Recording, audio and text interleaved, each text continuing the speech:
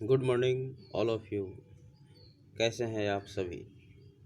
ठीक है, पढ़ाई लिखाई हो रही है अच्छे तरीके से। देखिए, मेरा कहने का मुख्य मुद्दा ये है कि आप लोग को जो कुछ भी बताया जा रहा है, दिखाया जा रहा है, उसे अच्छे तरीके से देखिए, समझिए, लिखिए, याद कीजिए। ठीक है, चलिए आज हम लोग इस वीडियो में बात करते हैं क्लास 10th हिंदी क्षितिज और अध्याय 3 का शेष प्रश्नों के बारे में, जो कि अध्याय का क्या था, देव सवैया। ठीक है, देखिए अध्याय 3 हम लोग चल रहे थे देव में। 5 प्रश्नों का उत्तर मैंने कल दिखा दिया था प्रीवियस वीडियो में। अब हम लोग देखते हैं 6 से लेकर उसके आगे के प्रश्नों को। पहले पाठ्य पुस्तक में देख लीजिए प्रश्नों को ध्यानपूर्वक। देखिए 6 नंबर प्रश्न है कि चांदनी रात की सुंदरता को कवि ने किन किन रूपों में देखा है। 7वां प्रश्न है कि प्यारी राधिका को प्रतिबिंब सो लगत चंद, इस पंक्ति का भाव स्पष्ट करते हुए बताएं कि इसमें कौन सा अलंकार है। 8वां है कि तीसरे कवित्त के आधार पर बताइए कि कवि ने चांदनी रात की उज्ज्वलता का वर्णन करने के लिए किन किन उपमानों का प्रयोग किया है। और 9वां है पठित कविताओं के आधार पर कवि देव की काव्यगत विशेषताएं बताइए। ठीक है, तो आइए प्रश्न देखते हैं। और प्रश्न तो दिखा दिया मैंने, अब उत्तर देखते हैं। 6 नंबर प्रश्न है चांदनी रात की सुंदरता को कवि देव ने किन किन रूपों में देखा है। तो देखिए उत्तर, कवि देव ने अपने कवित्त में चांदनी के सौंदर्य का वर्णन कुछ इस प्रकार से किया है। कवि ने आकाश में फैली हुई चांदनी को धवल पारदर्शी, सफ़ेद पारदर्शी आर पार स्फटिक की शिलाओं से बने अमृत के मंदिर के रूप में देखा है।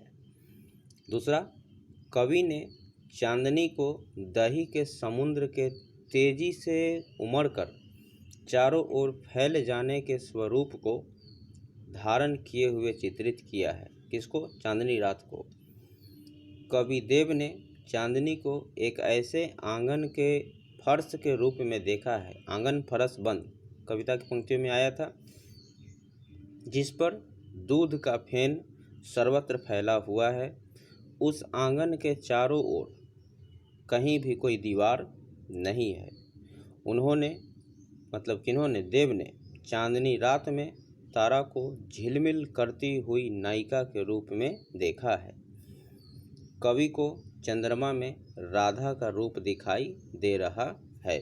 ठीक है, 7वां प्रश्न देखिए, प्यारी राधिका को प्रतिबिंब सो लगत चंद, इस पंक्ति का भाव स्पष्ट करते हुए बताएं कि इसमें कौन सा अलंकार है। तो देखिए, कवि अपने कल्पना में आकाश को एक दर्पण के रूप में प्रस्तुत किया है, आईना, और आकाश में चमकता हुआ चंद्रमा उन्हें प्यारी राधिका के प्रतिबिंब के समान प्रतीत हो रहा है। कवि के कहने का आशय यह है कि चांदनी रात में चंद्रमा भी दिव्य स्वरूप वाला दिखाई दे रहा है और भी अच्छा लग रहा है। अलंकार इस पंक्ति में उपमा अलंकार है। तुलना के कारण कौन सा अलंकार हो गया? उपमा अलंकार। 8वां प्रश्न देखिए कि तीसरे कवित्त के आधार पर बताइए कि कवि ने चांदनी रात की उज्ज्वलता का वर्णन करने के लिए किन किन उपमानों का प्रयोग किया है। उदाहरणों का, किन किन उदाहरणों का। तो देखिए, कवि देव अपने कवित्त में चांदनी रात के अनुपम रूप को चित्रित किया है। उन्होंने चांदनी रात की उज्ज्वलता को प्रकट करने के लिए कई उपमानों का प्रयोग किया है, जैसे स्फटिक शिलाओं, मैं इसका अर्थ दिखाता हूँ आपको, दही का समुद्र, दूध का फेन, मोतियों की ज्योति, दर्पण की आभा आदि।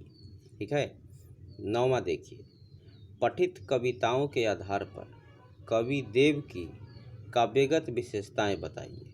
ठीक है, देखिए उत्तर, रीतिकालीन कवियों में, जैसे भक्तिकालीन होता है, रीतिकालीन कवियों में देव को अत्यंत प्रतिभाशाली कवि माना जाता है। देव की काव्यगत विशेषताएं निम्नलिखित हैं। देखिए, उनकी काव्य की भाषा ब्रजभाषा है।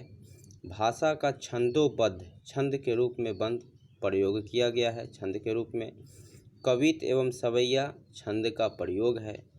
देव ने अपनी कविताओं में प्रकृति एवं मानवीय रूप सौंदर्य के अलंकारिक चित्रण के साथ प्रेम आदि भावों की अभिव्यक्ति भी की है। अनुप्रास, रूपक, उपमा आदि अलंकारों से सुसज्जित है। मतलब इन सभी अलंकारों का बहुत अच्छे तरीके से प्रयोग किया गया है। देव के प्रकृति वर्णन में अपारंपरिकता है।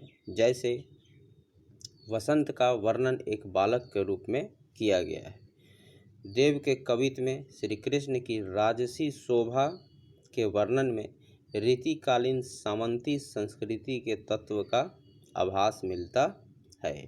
ठीक है, तो देखिए, इसके साथ ही ये प्रश्न उत्तर इसका समाप्त हो गया। अब मैं आपको इस अध्याय का कुछ शब्दार्थ दिखा देता हूँ, ध्यानपूर्वक देख लीजिएगा।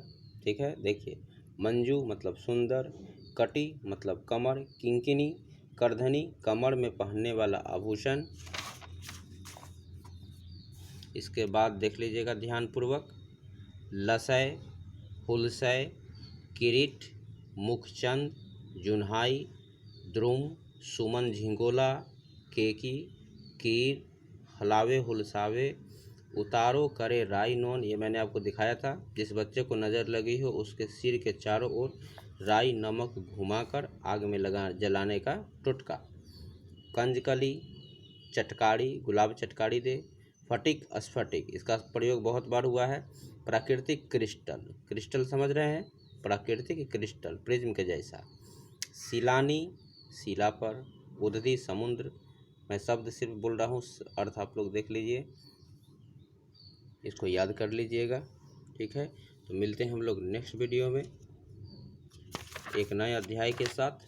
जयशंकर प्रसाद के द्वारा रचित आत्मकथ्य पढ़ेंगे। ठीक है, धन्यवाद।